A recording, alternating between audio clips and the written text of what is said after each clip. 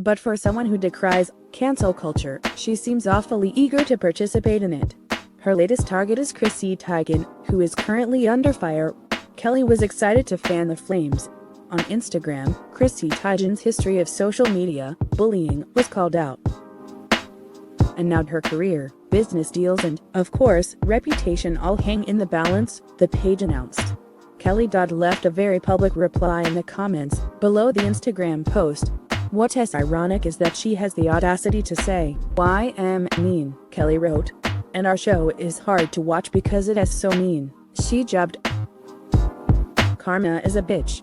Before we get into how eyebrow-raising that is to hear from Kelly, let's discuss the scandal. Chrissy Teigen has spent years as a widely beloved Twitter darling.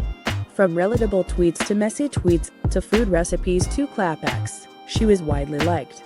But she wasn't always a strong candidate for position of Twitter queen. About a decade ago, Chrissy used to say vicious things that were shocking even during that era of humor. 2011 was a time when many reprehensible things were considered funny. But there's no punchline to this. If Chrissy was aiming for, ironically mean, she went overboard. Now, these are from 10 years ago. Of course, Chrissy has grown since then. But that doesn't mean that the recipient of this heinous bullying isn't right to speak out. But they became famous as a teenager when they were a child bride. It is unclear why Chrissy harbored such hatred for them at the time, let alone why she told them to kill themselves.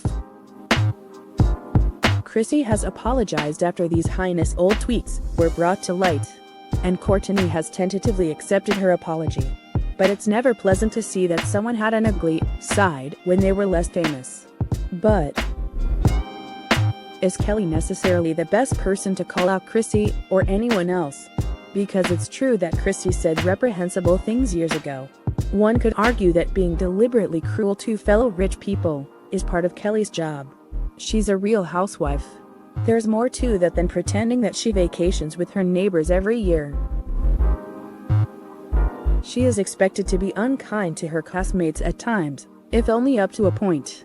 But what she is not supposed to do is attack portions of Real Housewives fans, malign entire demographics of people, or make the world a worse place. Kelly has used her platform to do all of that and more. As the COVID-19 pandemic came to our shores, Kelly did not handle it well.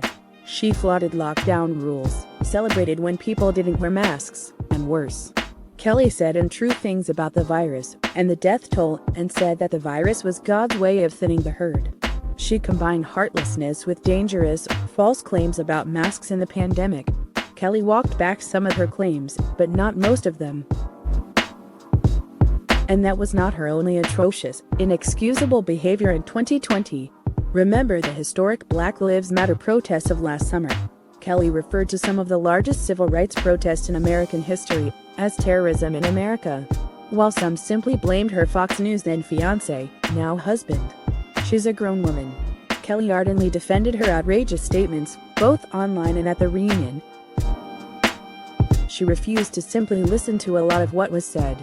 Kelly also claimed that some of what she said was fine because her black friends said it wasn't racist. You know that you screwed up when a bunch of most older, rich, white people wins like that at your deflection.